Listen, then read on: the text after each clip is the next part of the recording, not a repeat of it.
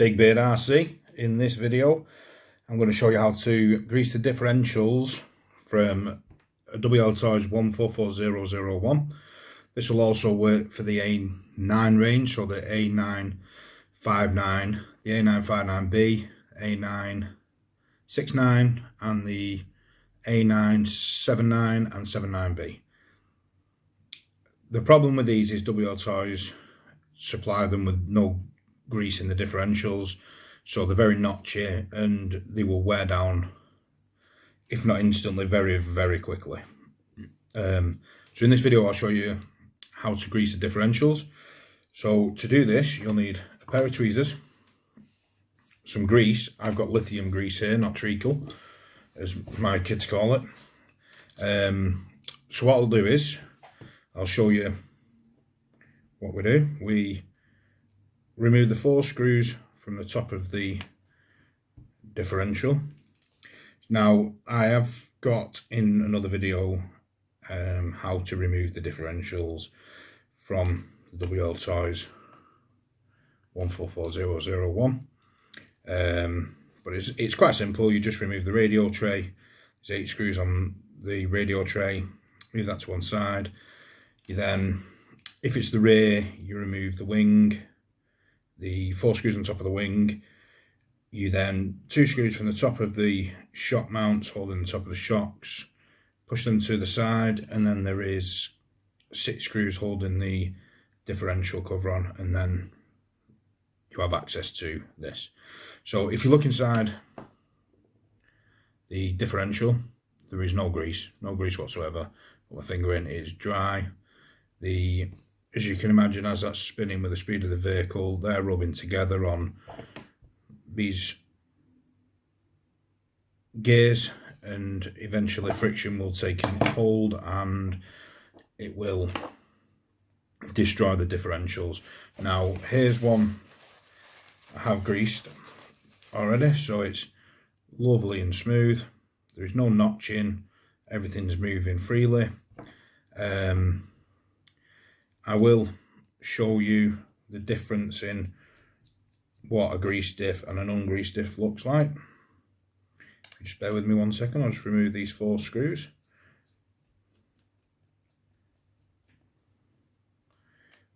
It's very simple to do. If it's the first time you've done it, it just needs a little bit of patience to align the gears when you put them back in. It's very simple, but I'll go through it with you so that everybody can see what they need to do. So we pop that off. If you look inside, there's a lot more grease in that. Everything moves lovely. It's greased. It's going to stop the friction and the wear. So just pop that to one side. I'm not going to rebuild that, I just need to wipe my hands.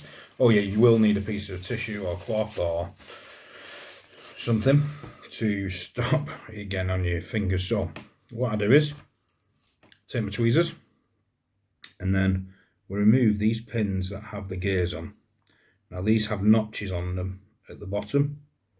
I'll show you on this one when I remove it. So on here we have a notch. Don't know if you can see that on the video, but there is a notch there and there's the same one on that, and then when you fit them in, the notches sit together. So we'll just put them gears back on for now, pop them there. Now what I do is I take a little spatula homemade thing that I've got, pop a little bit of the grease inside, and then have a lollipop stick type thing, and I poke as much as that grease as I can down onto that gear at the bottom. Just take out a little bit so you can see where the gears go back in at the side. There's notches where they sit. So we take this gear and we place it inside there. Just make sure that your notches are in the middle so that when you put your other one in, your notches will sit in the notches. So that one's back in. So this notch has got to face downwards. So if you take it from the bottom straight away like that, so you point the gear down, the notch down onto the other one, don't drop the gear. This is where it becomes quite fiddly, especially when you've got big hands, because they're quite small. There we go, that's one side, two sides. So we push the gears out to the sides, push down, make sure the notches are aligned, give it a test, so we know that they're in the right places. We then fill the remainder of the diff cover with the grease. Now it's better to overpack than underpack, so I always push down, make sure there's a bit of excess, and then take the top and push it down. Now it'll come out the top like so. That's fine, that's not a problem. It's just expelling the excess, so you know there's definitely enough grease in. What you have to do is just make sure that the holes for the screws line up like that, and then replace the screws. So if you haven't got them aligned, when you put the first screw in, the first screw won't go in.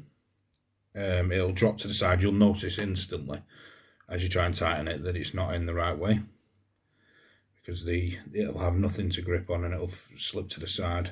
So you can't really go wrong. I'll pop these 4 back in, which I don't over tighten them. Get them in, start them off, and then I'll tighten them up a bit evenly so that you get a good fit on the top of the diff cover, because otherwise you can pull the threads if it's the wrong way. And I also do it diagonally, so I'll work one screw in, I'll move to its opposite to give even pressure on the top of the diff cover, and then just go around, make sure everything's nipped up. They don't need to be over tight because you'll damage the screw heads and the top of the inside of the diff cover. So if we look now, it's lovely and smooth. It's not dead easy to move like the other one was. It's really nice smooth action with the grease in the diff. Now, because these are not sealed diff covers, the grease will eventually work its way out, so it is something to bear in mind that you may have to do this a couple of times to make sure there is enough in it at all times. I've run mine for a few months now on the one fill, so I know that it's not just going to fall out. And if you use thick grease, then it's going to last a little bit longer than if you used thinner grease. If you use thinner grease, it's going to leak out the sides and out of where the threads are, and then you're just going to end up with no diff oil. And you'll hear the difference when you run in the vehicle with a grease diff to a non-grease diff. It's a lot smoother, a lot quieter. You don't get the notchy sound of the gears grinding together. It's quite straightforward to do. You just need to have a few tools, and if you notice there, the cover mustn't be aligned up with the holes completely, so we'll go back, make sure that the holes are aligned with the diff casing, and we'll put the screws back in. Now, it's, as you can see, it's not hard. Anybody can attempt this. Even myself, as you saw. I've done this quite a few times now. I did make a video previously of me doing it, and for some reason I deleted it. I thought I'd published it, but I hadn't.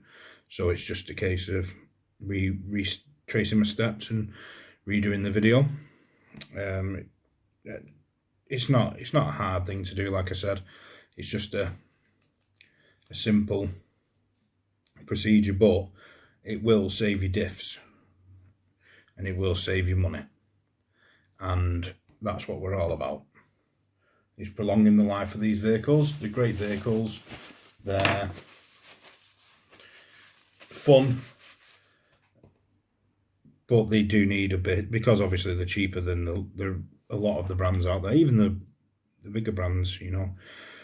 There's things you have to do to them to make them better than as they come out of the factory. I think they genuinely think, well, we'll just leave it like that, so the customer will fix it. It's okay, somebody will come across it, for the sake of a few minutes during manufacturing. I'm a big believer in that they do it purposely, so you have to buy spare parts. And that's it. So we have 2 grease diffs now. These are my spares. They're going to sit in the box, but they're already done, so that if I do have a problem with the diffs that are in the 2 buggies I've got here, then I've got two spares to fall back on. So yeah, so that's how we grease the differentials on the Wltoys. If you like what you see, like and subscribe. Check out some of my other videos, and hopefully I'll see you on another video. Thanks for watching.